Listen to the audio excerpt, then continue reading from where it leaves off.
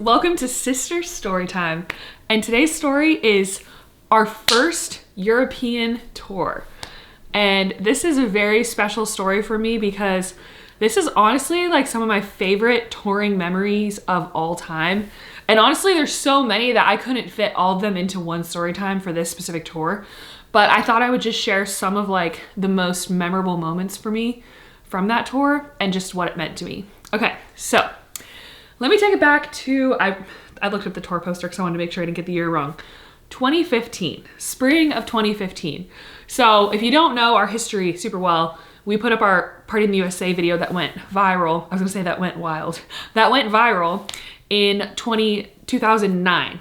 And we ended up getting a record deal and we ended up signing with also an agency who would like connect us with touring and stuff. Well, behind the scenes, I think we've like mentioned this briefly on like a podcast, but sorry, I have a bug bite on my arm. So if you see me itching my arm, that's why. Anyway, so we had a contract with an agency and I think we've mentioned this before, but like it's really stupid, but our manager at the time had a huge feud with someone at the agency that we were signed with. Don't know why we signed with them. This was really weird. And maybe this happened after we signed with them. And so he was like kind of punishing her by like not touring some of her acts, which included us. So we were signed with them for like several years and we could not tour. They would not put us on a tour. And they kept making up all these excuses. It was wild. So we were kind of like chained to this contract that we had signed with them for like years. Finally, in like, I think it was like, I don't know, late 2014, the contract was up. So we were free from this, not from our record label, but from this agency, two different things. So we were able to tour for the first time and we jumped on it. We were like, perfect, like we're gonna get on tour. And our first destination was Europe.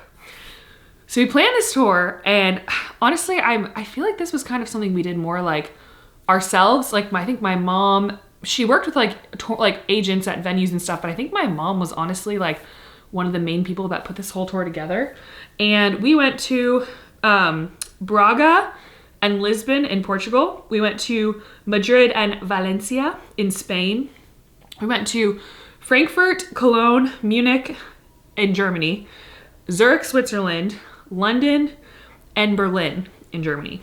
So it was our first tour and my sisters and I have been performing our entire lives. We started out when we were kids in musical theater. We took dance classes for years. We did one-off kind of shows and like festivals throughout our early career, but we had never done a full tour that we were like the headliners.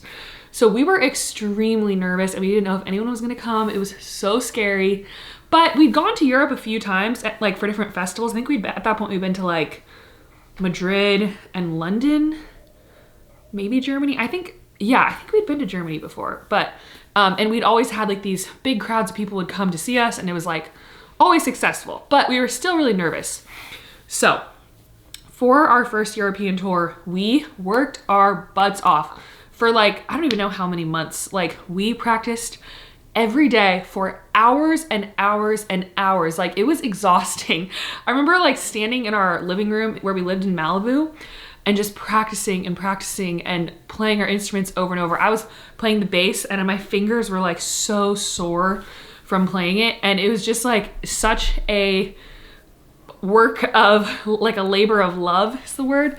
But we practiced our butts off. And something that we really, really like wanted to strive for was like, we were like, okay, how do we make this tour like special? Because we're not Justin Bieber.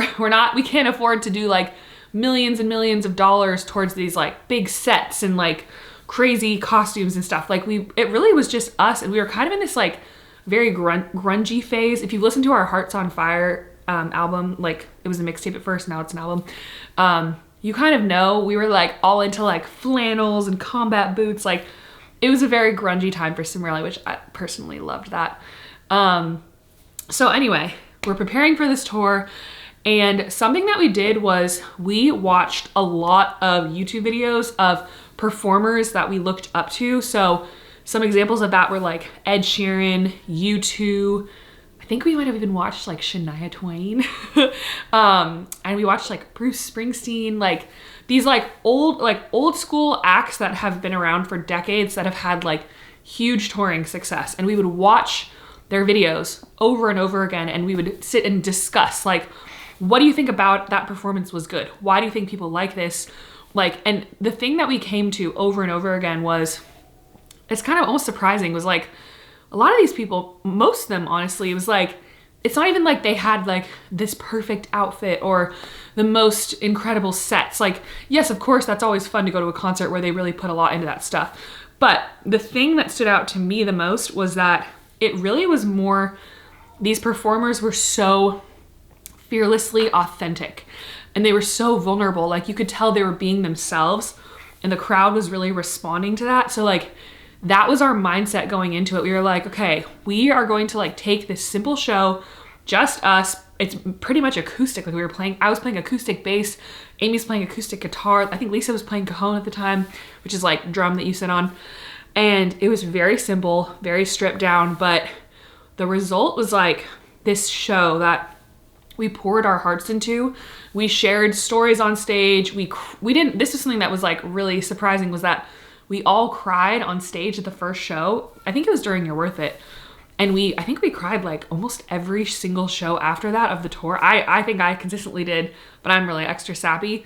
I think my sisters all cried at most of them. And the fans were just like, received it so well. They were like bawling their eyes out in the crowd, and we were crying on stage. And like at the meet and greets, they would come up to us and tell us their stories, and we would hug them. And it was just like this incredible human connection. I remember after our first show in Braga, Portugal, which I love Portugal. It's probably one of my favorite countries we've ever been to. We went off the stage and we sat down backstage in this little cafe, and we all just kind of looked at each other like, what was that? Like, it was this feeling of like, yeah, we've been performing our whole lives, but like that was different. Like, that was like an intense connection with our audience, and like, it felt, literally that's the lyric from Hearts on Fire, and it felt like magic. Like, that's how the tour felt. The entire tour, it felt like magic. And we've pretty much been able to capture that feeling, I think, on every subsequent tour since then. But that tour, just like, we were these young women in our like, I was like early 20s, I think, and the other girls were like late teens. Christina was obviously like early to mid 20s. And we were just touring Europe and staying in all these different places. And like, seriously, this could go on for like a long time telling all the stories, but like, that was just such a magical tour. And that first European tour will always have a very special place in my heart, just because of like what we felt and what we experienced in those European cities. And also, not to mention like just traveling and like being all over the place. I spent my birthday in Spain, I think, that year, which was pretty crazy. So yeah, it was amazing. And that was a little bit about my first European tour experience. We went back, I think, like a year or two later, but that was the first full tour. It was amazing. Hope you guys enjoyed. And if you want more stories of like tours and those type of things, I have a lot more. So just comment below if you liked that. All right, thanks for watching, guys. I'll see you next time. Bye.